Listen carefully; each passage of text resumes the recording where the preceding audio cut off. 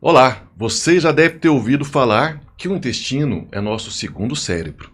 E, se você é o que você come, vamos entender aqui hoje como os alimentos podem beneficiar ou prejudicar a sua saúde mental, depois do intervalo.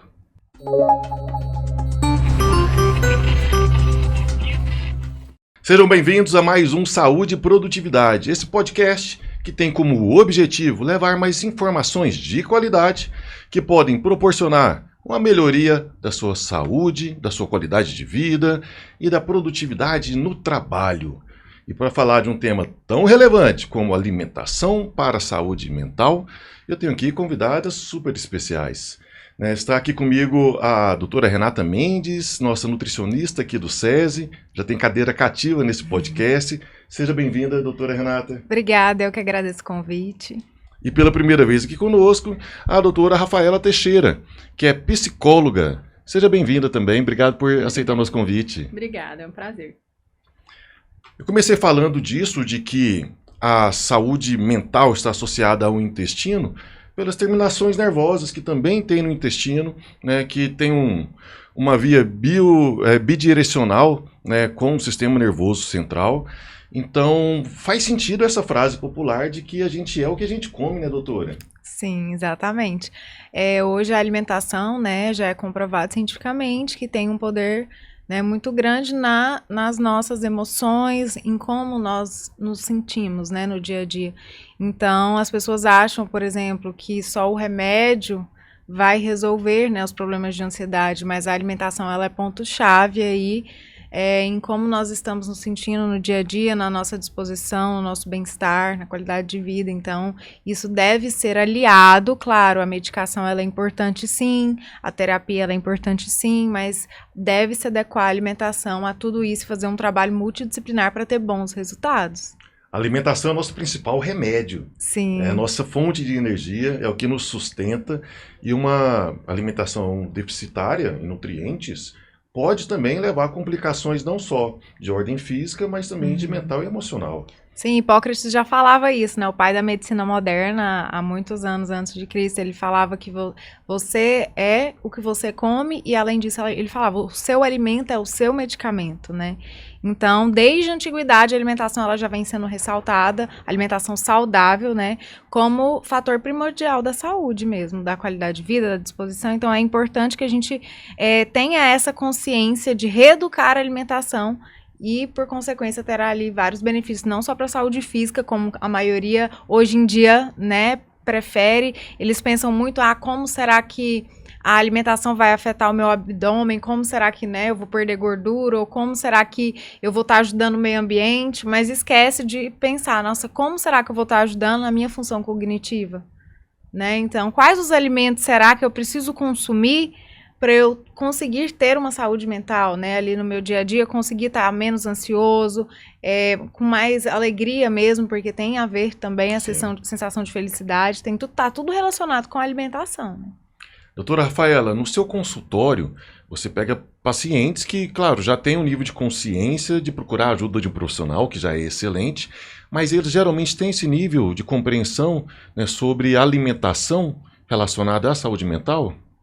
Muitas vezes não, muitas vezes a pessoa vem, tem uma consciência da necessidade de cuidar da saúde mental e vem muito com a noção de que eu tenho que olhar para a minha vida, que decisões, as minhas emoções, a minha ansiedade, a minha história familiar, muitas vezes com estresse também, mas uma coisa que eu gosto de falar com eles e antes da gente fazer qualquer análise sobre a vida, sobre qualquer coisa, como que tá o básico? Tá dormindo, o que você tá comendo, porque não adianta a gente ficar olhando para coisas muito grandes, de reflexões profundas, se o básico não tá ali, né?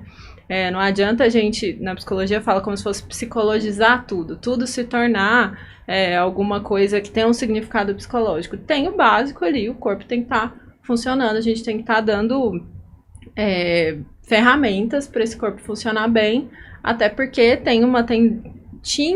ainda tem, mas acho que vem diminuindo, uma tendência da gente separar corpo e mente. E não, a gente é uma coisa só. E se a gente quer se cuidar das emoções, precisa cuidar do sono, da alimentação, das relações e vice-versa, né? A Renata tenho certeza que ela vai falar muito bem como a alimentação afeta as emoções e eu vice-versa, até porque todos somos um só, né? O ser humano é um ser indivisível, indissociável, até por uma questão didática, muitas vezes separa-se, né, o que é saúde mental do que é saúde física, mas é saúde integral. É saúde. Tem que ter um olhar mais holístico para a pessoa. E a sim. doutora Rafaela citou a ansiedade. Renata, a gente é o país mais ansioso do mundo. O Brasil conseguiu chegar a esse pódio, que não é motivo de orgulho para ninguém. Como que a alimentação pode fazer com que a gente baixe esse índice? Sim, a ingestão de nutrientes apropriados está diretamente relacionada ao bom funcionamento do cérebro, né? Se a gente quer ter um cérebro ativo, então a gente precisa ingerir alguns nutrientes específicos. E a manutenção de uma alimentação balanceada, equilibrada, ajuda não somente a reduzir, né, o problema por conta dos alimentos que nós estamos ingerindo, mas também por todo o contexto de equilíbrio e a constância da saúde.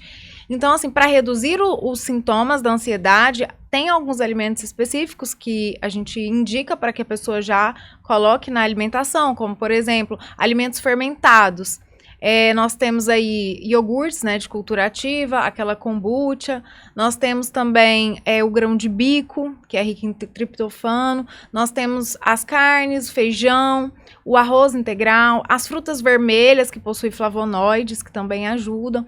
E nós temos também algumas ervas, como, por exemplo, a passiflora, que é a folha do maracujá, né? Dá para fazer o chá, por exemplo, a camomila também.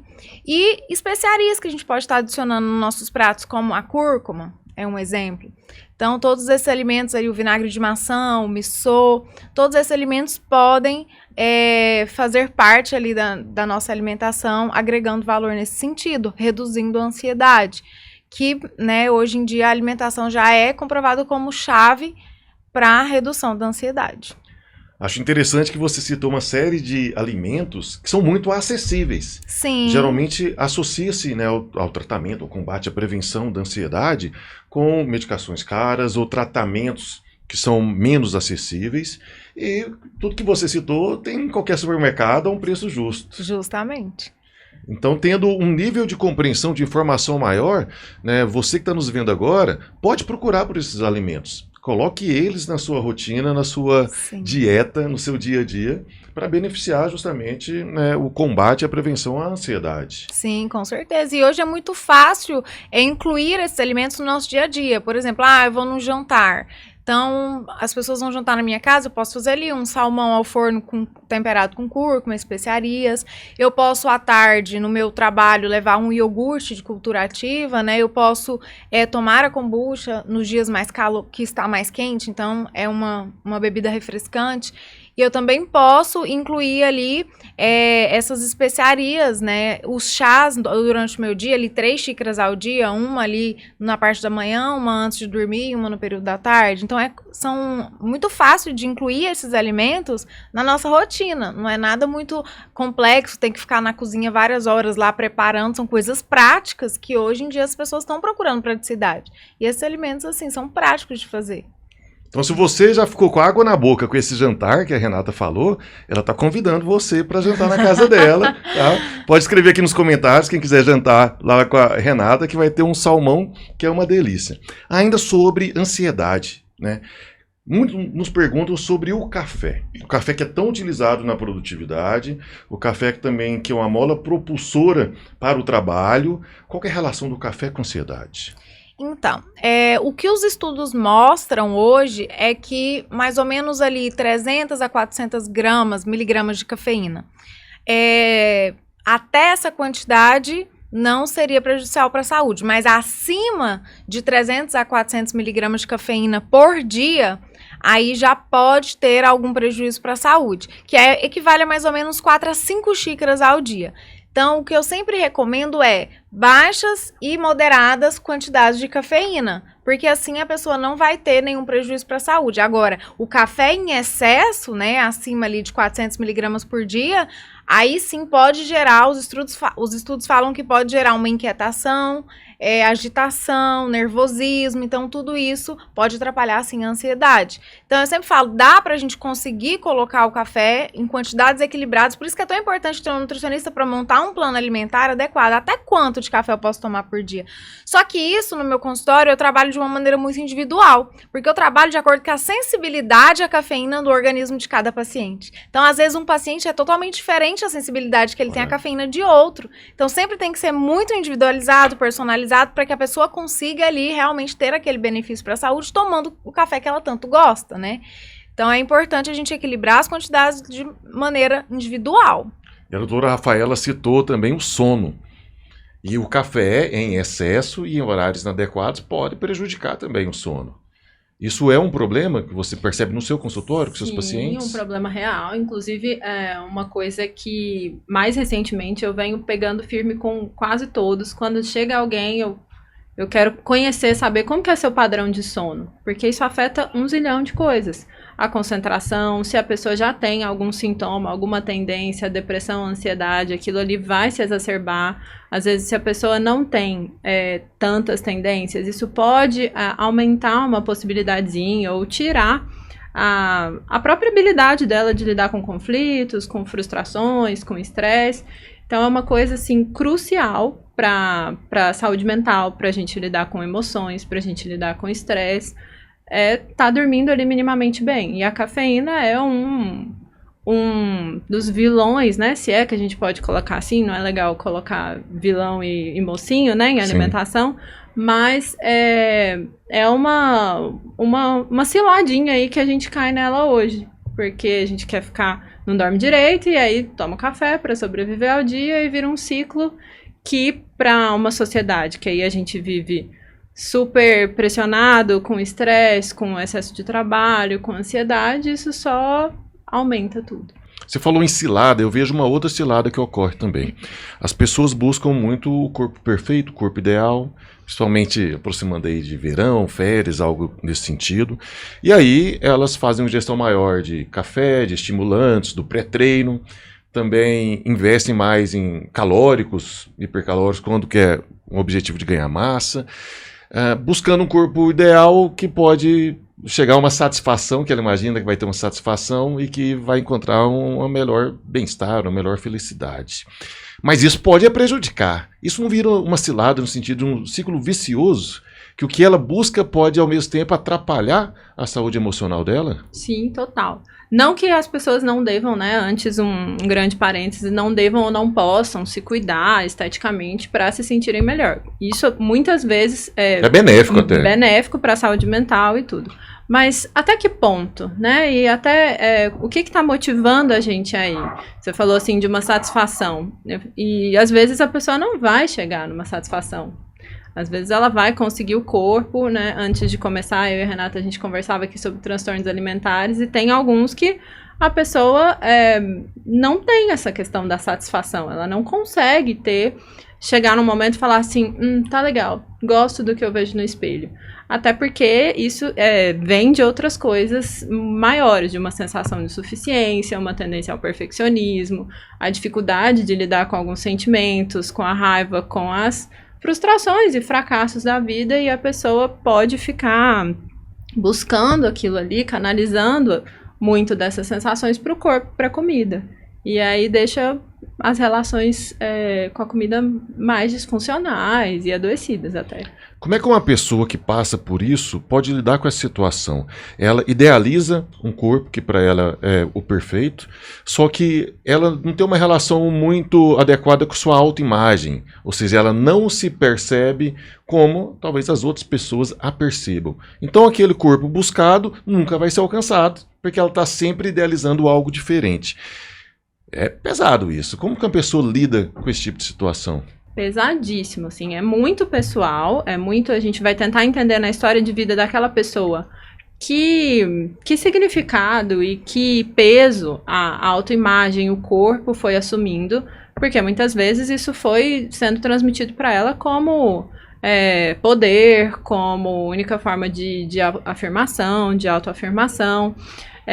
Entender como que isso foi entrando na relação dela com a comida, porque inevitavelmente corpo e comida estão ali muito relacionados,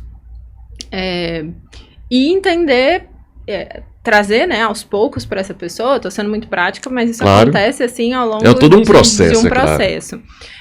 Trazer para aquela pessoa outras dimensões da vida também, que são importantes, outras fontes de prazer. Muitas dessas pessoas que ficam muito focadas no corpo e que têm uma percepção alterada do corpo, às vezes têm aquilo como um hiperfoco na vida, né?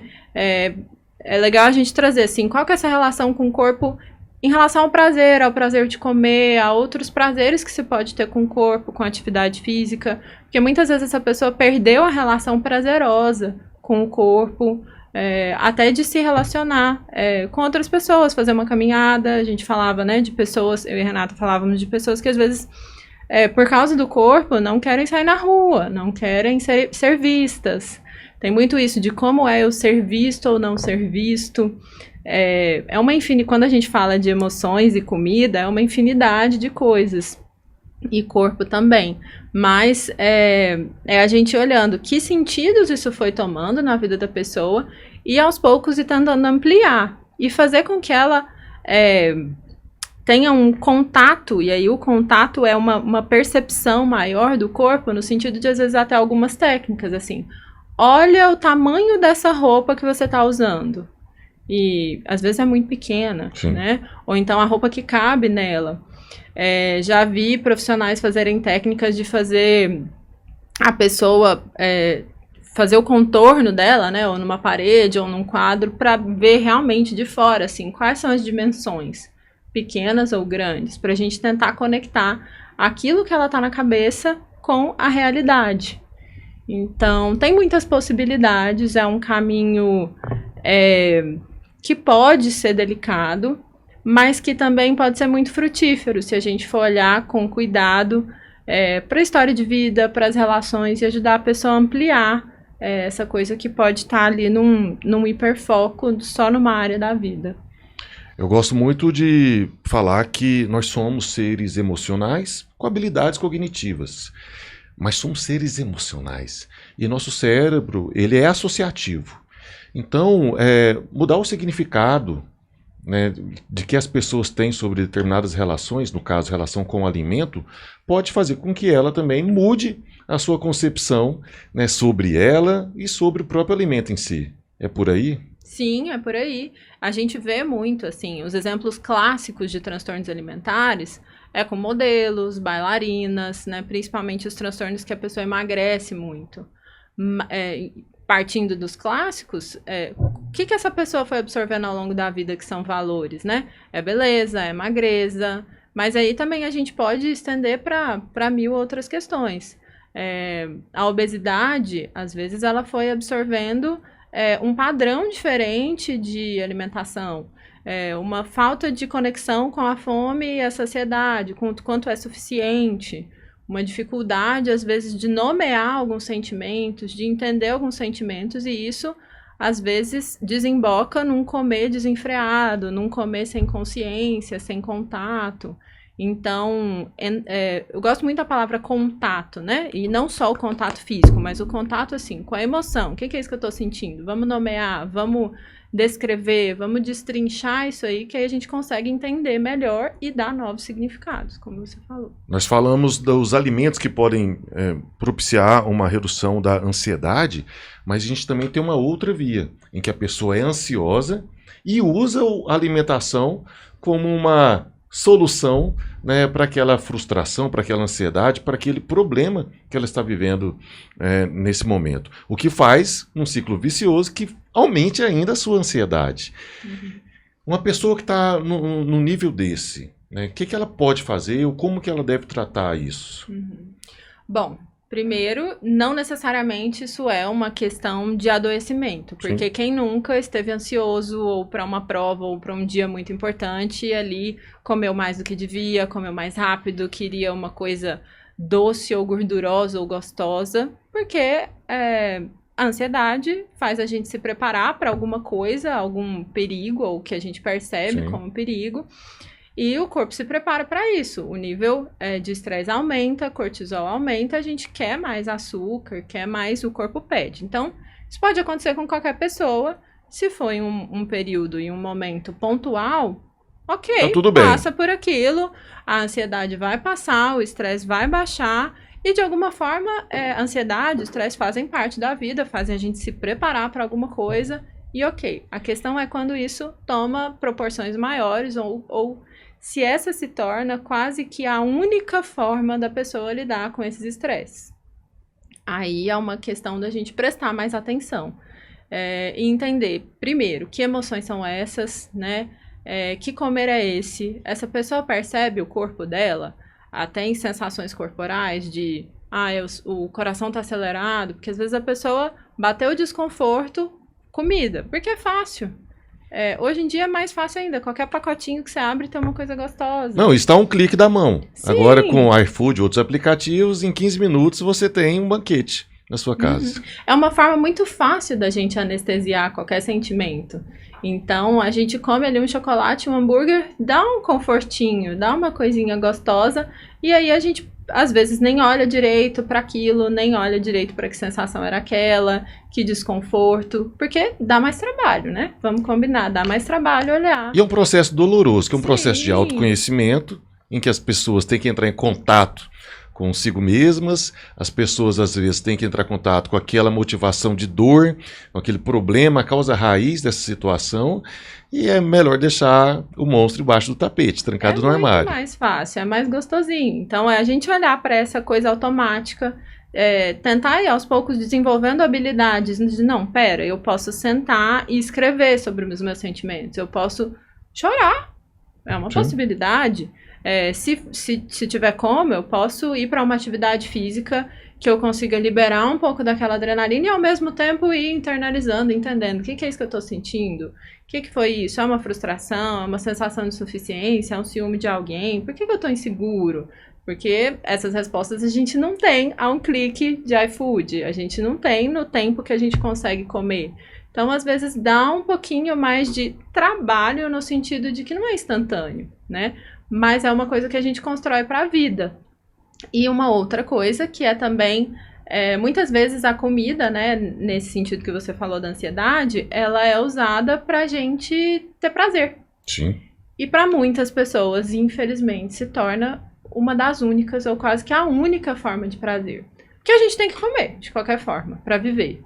Então, às vezes, a pessoa tá tão atarefada, tão agoniada, um momento de vida complicado, e aquela se torna a única forma de prazer. E aí, consequentemente, ela vai canalizar tudo para aquilo e só comer coisas hiperpalatáveis, super estimulantes. E é um problema. Se a gente for restringir só a alimentação dessa pessoa, ela não vai conseguir manter. Então, a gente precisa ampliar esses prazeres. Assim, do que mais que você gosta? Parece uma pergunta simples, mas que buga a cabeça de muita gente. Sim. Recentemente, eu venho trabalhando com um paciente específico de obesidade e a gente vem ampliando. O que você gosta? Ele começou a fazer uma aula de violão. Ele começou a ir para um vôlei com os amigos sem o compromisso de ser bom naquilo, só pela diversão. O que mais que eu gosto? Então, isso ajuda a diminuir um pouquinho o poder ali das compulsões. E sobre as coisas que eu gosto, uma das maiores é estar aqui com vocês nesse podcast. Se você está gostando também, já deixa o like, compartilha, se inscreva no canal para não perder nada. Toda quarta-feira tem um podcast rico como este. Então, conto com você aí para eu ficar gostando cada vez mais. E se o chocolate pode em algum momento aliviar, né, algum sintoma de ansiedade ou anestesiar, como a doutora Rafaela disse, um chocolate amargo, 70% para cima, pode até proporcionar uma melhoria da satisfação, do bem-estar, da regulação do humor. Como é que funciona isso, doutora Renata? Sim, eu sempre falo primeiro essa questão que você falou da fome fisiológica e da fome emocional. Então, o que eu indico primeiro para o meu paciente? Na hora que ele der vontade de comer alguma coisa específica, eu sempre falo, para um pouquinho e pensa, vou abrir a geladeira. Peraí, eu estou abrindo a geladeira porque eu realmente estou com fome, meu estômago está roncando, meu corpo está pedindo um alimento, ou eu estou abrindo a geladeira para buscar algum alimento para suprir um sentimento que eu estou sentindo nesse momento.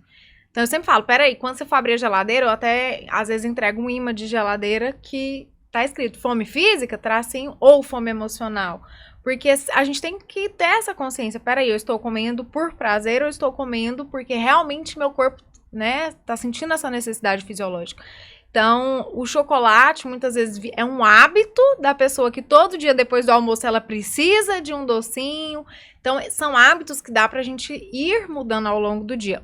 O chocolate, sim, se ele for amargo e se ele não tiver adição de açúcar simples, ok, a pessoa faz até bem ela comer ali 1, 2 quadradinhos por dia, não vai ter prejuízo pra saúde. Uma barra de chocolate pode ser considerado um quadradinho ou não? Não.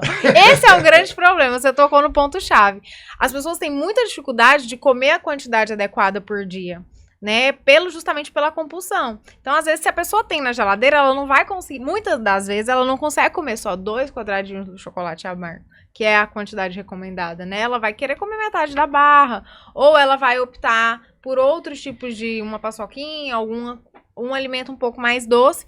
Então, assim, depois do almoço, eu sugiro para os pacientes, principalmente, vamos tentar uma fruta mais doce, né? Vamos trocar por uma fruta mais doce, vamos ver como que você vai reagir. Deu aquela vontade, vamos optar por um chocolate com um pouco menos de açúcar ou um pouco menos calórico para não atrapalhar o seu objetivo, porque às vezes a pessoa faz certinho ali o plano alimentar de segunda a sexta, chega final de semana ela come uma caixa de bombom, né? Aí também não tem um benefício para a saúde. Mas sim, o chocolate amargo em doses adequadas, em quantidades adequadas e sem adição de açúcar simples, ele pode sim ter benefícios na saúde mental, na concentração, no foco, na memória, então ele pode ser benéfico, sim. O grande problema é que a maioria das pessoas não gostam do chocolate amargo, né? Elas preferem outros tipos mais doces. Então, às vezes eu falo assim, hoje a gente, graças a Deus, no mercado tem uma ampla opções de alimentos mais saudáveis, como o damasco com chocolate 70% em volta, uma tâmara, que é tão gostoso. A tâmara tem ela pura e tem ela com chocolate em volta. Então, hoje nós temos N opções que a gente pode estar trocando e testando para ver o que a pessoa consegue dentro da realidade dela, sem atrapalhar, né, as suas emoções, as suas vontades. Então, a gente consegue ali adequar sem atrapalhar o objetivo dela ali, não só estético, mas o objetivo para reduzir o consumo de açúcar, porque o açúcar é um dos principais alimentos que atrapalham a saúde mental. Então, eu preciso mostrar isso para o meu paciente, que o açúcar, na hora que ele comer, vai ser uma sensação passageira ali, ele vai sentir na hora um momento ótimo, ele vai se sentir, né, feliz, com aquela sensação de felicidade, mas vai passar um pouquinho, ele vai querer de novo, e isso vai virar um ciclo vicioso e a pessoa vai acabar entrando no efeito sanfona. Então, uma coisa liga a outra e vai virando um bolo de neve. Por isso que eu falo, o mais importante é a pessoa realmente ter a consciência. Eu estou realmente com fome? Esse doce que eu estou precisando, pode ser ali um doce um pouco mais saudável, né? Eu consigo? E aí ela ir testando de forma que ela consiga ajustar isso dentro da realidade dela para que tenha um bom resultado, não só para a saúde física, mas para a saúde mental também.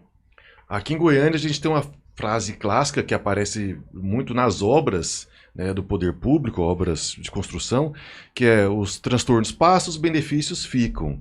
Com açúcar é o contrário, né? Os benefícios passam e os transtornos ficam. Justamente. Então eu gosto muito dessa temática de substituição.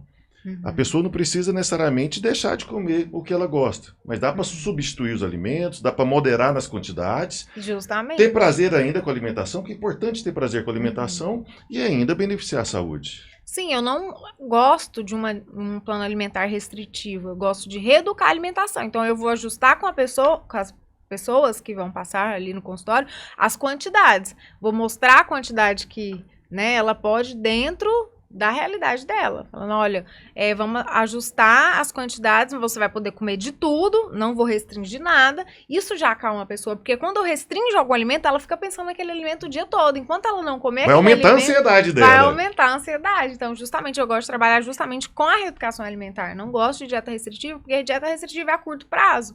Quando você entra ali num padrão de uma dieta mais saudável, você está melhorando a qualidade primeiro e depois você ajusta as quantidades. Então, você tem um bom resultado.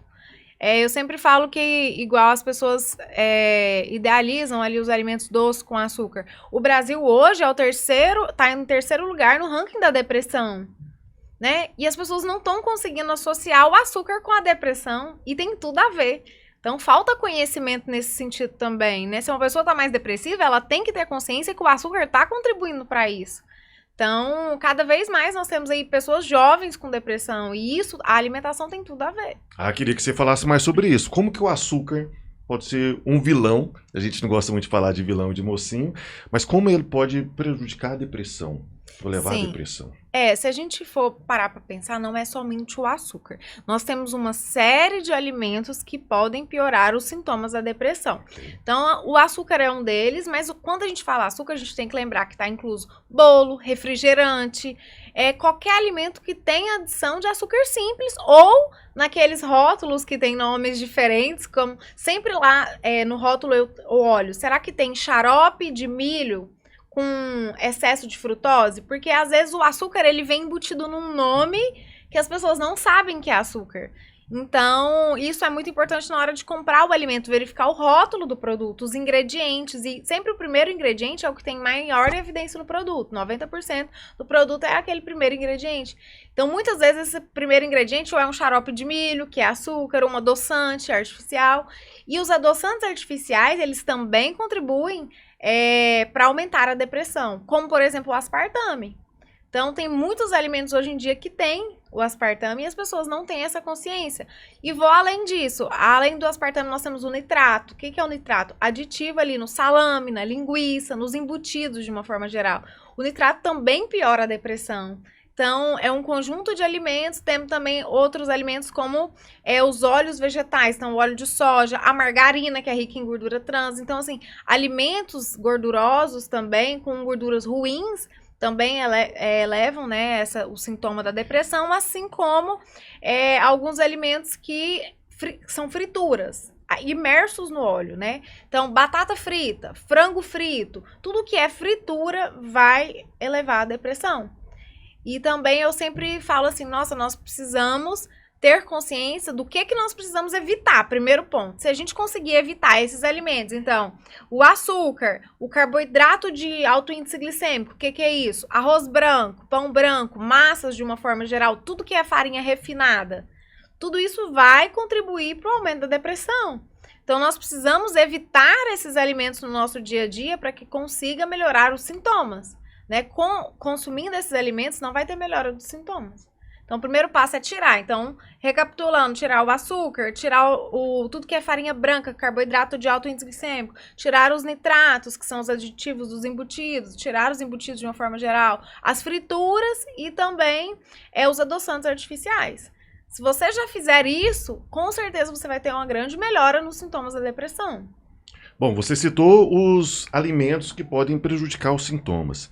E quais que podem amenizar os sintomas, ou podem melhorar a satisfação da pessoa? Sim, eu chamo a atenção para alguns nutrientes, como o ômega 3, o triptofano e também algumas vitaminas, como vitamina C, vitamina D e o magnésio. Então, alimentos que são fontes desses nutrientes vão contribuir, porque, por exemplo, os alimentos que são ricos em triptofano, por exemplo, o triptofano é um aminoácido que ele está envolvido na produção de serotonina, que é o hormônio que tem um papel muito importante na regulação das emoções e dos processos comportamentais. Então, a gente precisa ter na nossa alimentação, né, nutrientes que são ali, alimentos que são ricos nesses nutrientes, triptofano, ômega 3 também, e colina ajuda também, assim como uma série de vitaminas. Porque as vitaminas, elas ajudam a reconstruir os tecidos, principalmente no cérebro e no sistema nervoso. Quando há um déficit dessas vitaminas, o QI, né, a gente reduz ali o QI abaixo do nosso potencial, podendo ter ali cansaço, tontura, alguns sintomas ali de falta de memória, entre outros. Então, eu sempre falo que o primeiro passo, né, é a gente conseguir encontrar alimentos que vão proporcionar essa sensação de felicidade e bem-estar, que são esses alimentos, como por exemplo, vamos falar ali do ômega 3, peixes, então salmão, sardinha, cai mais uma vez a questão dos peixes, né? A linhaça, que também tem ômega 3, e nós também, o azeite de oliva, né? O abacate, todos esses alimentos vão ajudar na questão do cérebro, assim também como alguns alimentos que são fontes de colina, ali o ovo, a gema do ovo também ajuda. Alimentos ricos em vitamina C, então frutas cítricas, né, também ajuda. As frutas vermelhas também ajuda. Então, assim, tem uma série de alimentos, O magnésio também ajuda, o zinco, que é as castanhas. Então, semente de abóbora, nozes, tudo isso tem um papel importante, né, da alimentação que vai contribuir para reduzir os sintomas ali de ansiedade, depressão e melhorar a saúde mental de uma forma geral. E é sempre os mesmos alimentos que hoje as pessoas não têm tanto costume, igual o peixe. Um salmão, uma sardinha. Hoje é raro as pessoas comerem, né? Então, é isso que eu sempre explico. Adicionar alimentos ali, as castanhas é tão prático de você levar ali no trabalho. Vou deixar um saquinho de castanhas no carro ou na gaveta do meu trabalho. Então, né, semente de abóbora, nozes, todos esses alimentos são fáceis de encontrar. Frutas vermelhas ali, morango, o próprio tomate, né, incluir na alimentação é uma coisa fácil de fazer, né. Então, tem vários alimentos ali que dá pra gente conseguir inserir na nossa alimentação. Linhaça, vou tomar um iogurte, coloco uma colher de sopa de linhaça, ou até na fruta, uma vitamina de fruta, por exemplo. Então, nós temos aí uma série de alimentos que dá pra gente incluir. Você citou a serotonina, é importante a gente destacar, porque num processo depressivo, os pacientes que apresentam depressão, eles apresentam um baixo nível de serotonina. Sim. Que é esse neurotransmissor que é responsável pela nossa sensação de satisfação, de bem-estar, de prazer, de regulação do humor. E que mesmo tomando o antidepressivo não aumenta a produção de serotonina. Ele regula um pouco melhor essas sinapses, né, e a transmissão desse neurotransmissor, mas a serotonina, como você bem disse, é produzida por meio da ingestão de triptofano. Sim. Então, se você quer aliviar sintomas de depressão, ou não quer ter de preferência, o melhor remédio ainda é a alimentação. Muita gente se apega muito ao medicamento, mas sem olhar que a produção da serotonina está desregulada, está baixa, não está consumindo alimentos que podem favorecer, né, a liberação desse neurotransmissor. Eu uso muito de pré-treino 3 alimentos que são fontes de serotonina. A panqueca de banana com aveia. Então, a banana tem, né, triptofano, a aveia também tem triptofano e o ovo também. Então, quando a gente faz ali a panqueca de banana com aveia, é uma ótima fonte de triptofano. Ainda coloca um fiozinho de mel, né? Então, assim, tudo isso é fonte de triptofano.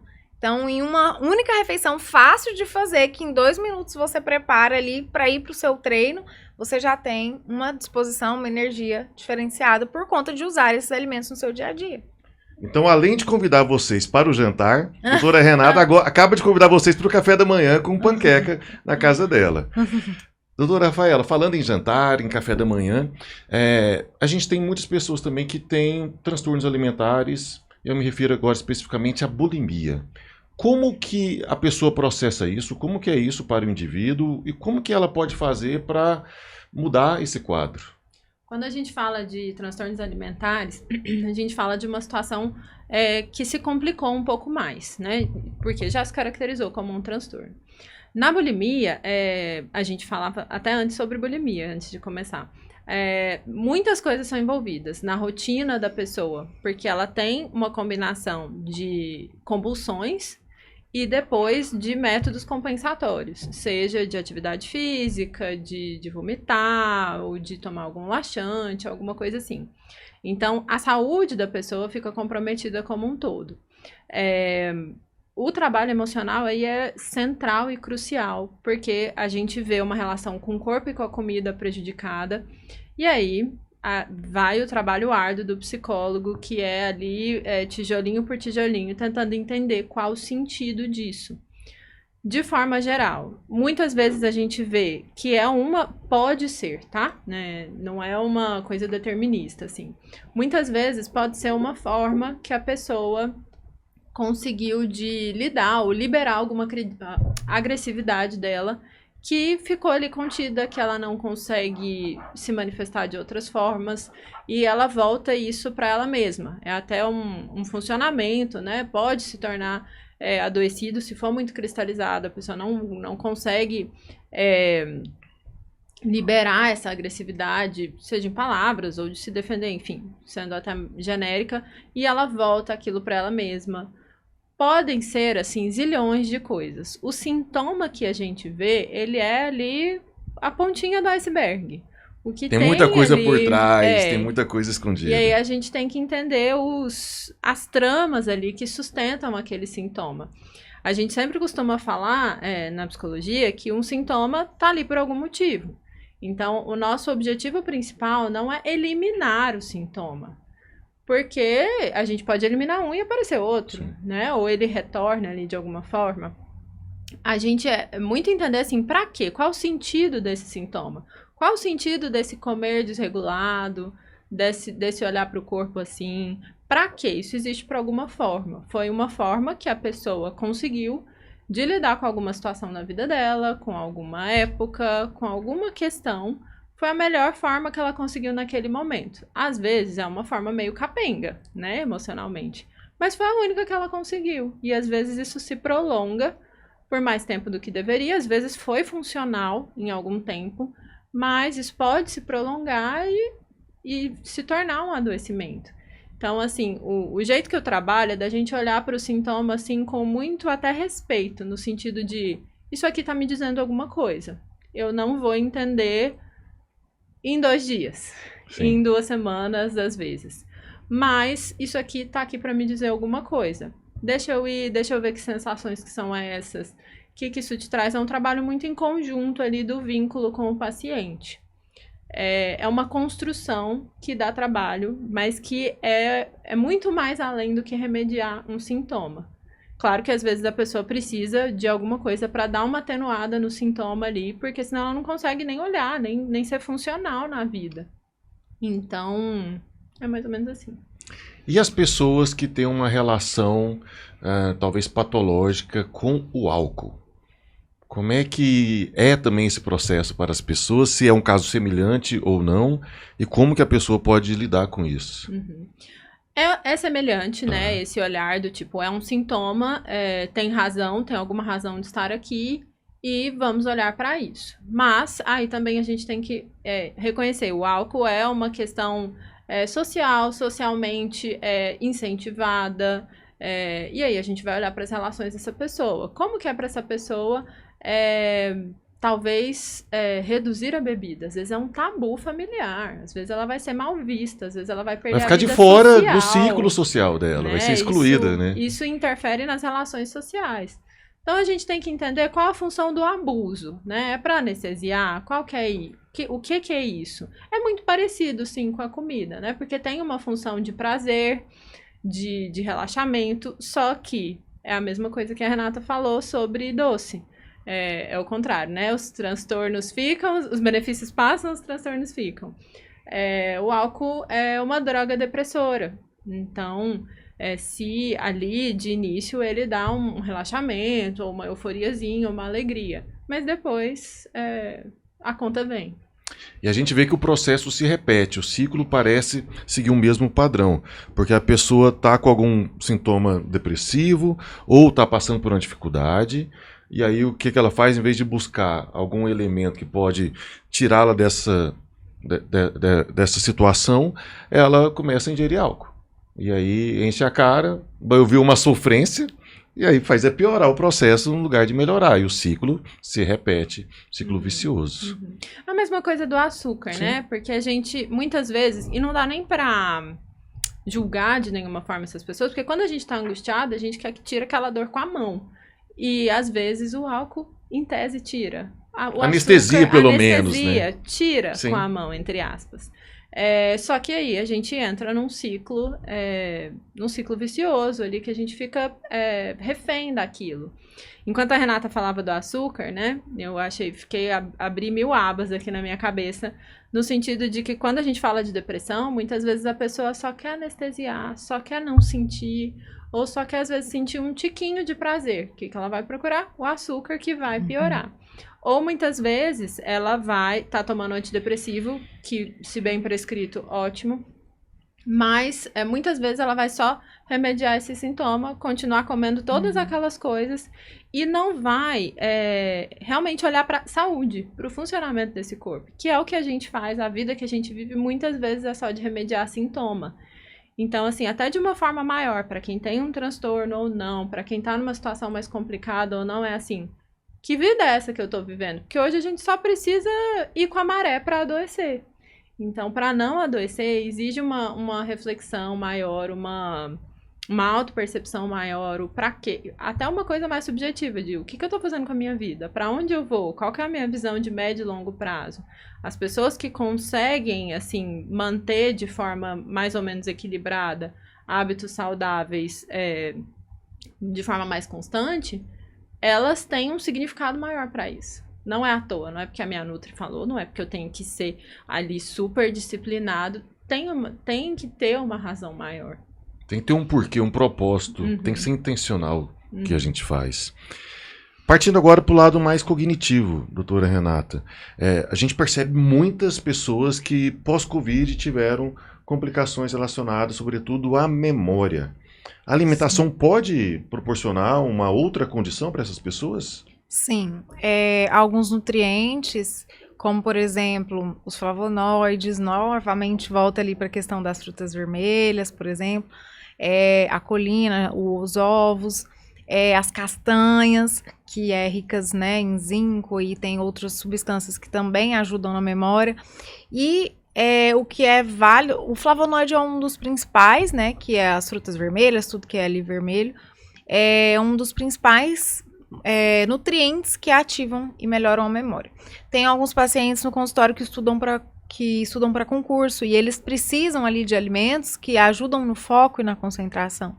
Então, eu sempre prescrevo, às vezes, né, um manipulado com assim, fitoterápicos mesmo, que vão ajudar na concentração e na memória, e além disso eu monto ali um plano alimentar voltado para a memória. E nesse plano alimentar, assim, no caso do almoço e do jantar, eu foco na verdura verde escura, que tem um benefício muito grande para a memória. Então, brócolis, rúcula, espinafre. Então, tudo isso tem que estar no prato do meu paciente, né, para poder ele ajudar nessas questões, né? As frutas vermelhas, eu já falei, as castanhas também ajudam muito. E gorduras boas. Então, o que é gordura boa? Castanha, azeite de oliva e o abacate. Então, são alimentos, assim, que ajudam para muitas coisas. Esses alimentos, eles estão ali numa série ali, eu sempre falo ali, o top 10 dos melhores alimentos para a saúde mental. Só que não adianta nada a gente inserir esses alimentos, né, que são fontes de flavonoides, ali o suco de uva integral, sem açúcar, né, a própria uva, esses alimentos que ajudam, mirtilo, enfim. Se eu não tenho uma boa hidratação, e como que eu devo fazer a hidratação? Se você é uma pessoa ali que pesa, né, tem um peso X, você multiplica o seu peso por 35 ml, você tem a quantidade, o mínimo que você precisa tomar de água no seu dia. Então, é uma conta muito fácil e simples de fazer. Então, a hidratação, ela é ponto-chave. Não adianta eu comer todos esses alimentos e não ter uma hidratação, não dormir 7 horas, né, à noite. Por quê? Porque é durante o sono que são liberados os hormônios que ajudam tanto no ganho de massa como, né, no emagrecimento, que ajudam a regular a grelina, que é o hormônio da fome, e a leptina, que é o hormônio da saciedade. Tudo isso, o sono, né, é primordial para que a gente tenha a regulação desses hormônios. Então, eu sempre falo que mastigar bem os alimentos na hora que for comer, isso também é muito importante, porque senão não vai chegar a mensagem no cérebro da sensação de saciedade. Não comer na frente da televisão, do lado do computador, fazendo várias coisas ao mesmo tempo, que hoje as pessoas comem dessa forma, mexendo no celular e olhando no computador, e tudo isso atrapalha, né, o processo de melhora de memória, de saúde mental. Então, atividade física tem vários benefícios para a saúde cognitiva, já os estudos mostram isso, comprovado já. Então, fazer ali atividade física diária, né, tem que colocar isso em primeiro lugar também, porque as pessoas hoje, elas pensam assim, não, quando eu estiver mais velho eu cuido da minha saúde, agora eu preciso focar no trabalho, eu preciso focar, né, em outras prioridades. Só que eu falo assim, deixar de cuidar da saúde é a mesma coisa de você falar assim, não, não vou abastecer porque eu tô ocupado dirigindo. Uma hora vai ter que parar, não tem jeito, uma hora o seu corpo vai adoecer. Então, não esperar adoecer para tomar as atitudes, né? Eu sempre falo, vamos começar a prevenir agora, né? Começar a cuidar e criar hábitos agora. É muito difícil, depois de muito tempo, você criou hábitos errados. Para mudar isso, é muito mais trabalhoso. Então, o ideal é já começar criando hábitos agora, porque lá na frente você vai sofrer muito menos, né? Eu falo que você não vai sentir tanto. E é melhor criar o hábito quando você está bem. Porque quando você está numa situação de sofrimento, de desajuste, é mais complicado você conseguir sair daquela situação. Mas se você já está bem, você pode criar hábitos para impulsionar e proporcionar uma melhora ainda maior agora e no futuro. Justamente, é dessa forma. Então, assim, eu falo que a alimentação, ela tá relacionada não só à saúde física, mental, né? Mas o que nós precisamos ajustar, como a Rafaela falou, o básico vem primeiro. O básico funciona. Um prato ali com arroz, feijão, carne, saladas, verduras, legumes, né? Ter a garrafinha de água ali do lado, porque senão na correria você não vai lembrar de tomar. Fazer ali sua prática de atividade um pouquinho todo dia. Isso são coisas tão fáceis de adaptar, de criar o hábito, né? O primeiro passo é a pessoa escolher isso, né? A pessoa ela tem que ter a consciência de, eu decido hoje reeducar, né, a minha alimentação, eu decido ter ali minha garrafinha e tentar bater a minha meta ali de no mínimo 2 litros de água. Isso é decisão, eu falo, tudo na vida é decisão, né? A pessoa precisa priorizar a saúde dela, senão ela não vai conseguir trabalhar da melhor forma possível, senão ela não vai conseguir tomar decisões importantes da melhor forma possível. Então sempre eu falo, o conjunto de tudo, da saúde mental com a saúde física, é o que, né, nós precisamos priorizar hoje. E a pessoa não precisa esperar o janeiro branco para cuidar da saúde mental e emocional. Sim. Janeiro branco é todo dia. Então, você pode ter acesso a serviços de saúde mental, a profissionais especializados. Aqui no SESI também, procure uma das nossas unidades. Para a tua empresa, temos programas corporativos relacionados à saúde mental, à redução e gestão dos fatores psicossociais. Uma nova plataforma que é o Mente 360, que faz um diagnóstico completo sobre as condições de saúde mental dos trabalhadores da sua empresa. Então, você pode se cuidar ainda hoje. Não espere, não protele, não procrastine o seu bem maior, que é a sua saúde. Quero agradecer muito por esse papo gostoso às nossas convidadas. Muito obrigado, doutora Rafaela. Eu que agradeço. A gente poderia continuar falando disso aqui um tempão. É uma coisa assim que está muito presente, que muita gente sofre com isso, que pode se beneficiar com isso. E vamos nos cuidar, né? Da melhor forma, de pouquinho em pouquinho, igual a Renata falou. É uma garrafinha de água. A gente tá muito no final do ano, as pessoas gostam de fazer promessas gigantes, né? Não, gente, vamos diminuir, sei lá, 10% do açúcar. Já é uma grande conquista, né? Disso aí, de coisas sustentáveis e pequenininhas que a gente vai construindo uma coisa maior. Tanto emocionais, tanto nas relações, quanto alimentação, saúde, hábitos. Muito bem, agradecer também a doutora Renata Mendes, nossa parceira aqui do SESI. Obrigada, precisamos, estou à disposição. É um assunto que eu acho que deve ser lembrado, né, com muita frequência, e as pessoas começam agora a ter essa consciência, já vale muito, porque até então, antes, as pessoas estavam muito focadas na estética, né, hoje a gente já tem ali muitos parâmetros que comprovam que realmente a saúde mental, ela é muito importante. Agradecer também a nossa equipe técnica, no meu xará Bruno Ricardo, Juliane Caldeira, Sandra Persim, Sandro Mabel, Paulo Vargas, nossos grandes apoiadores, e gratidão você que nos acompanhou até agora. Muito obrigado e te vejo no futuro.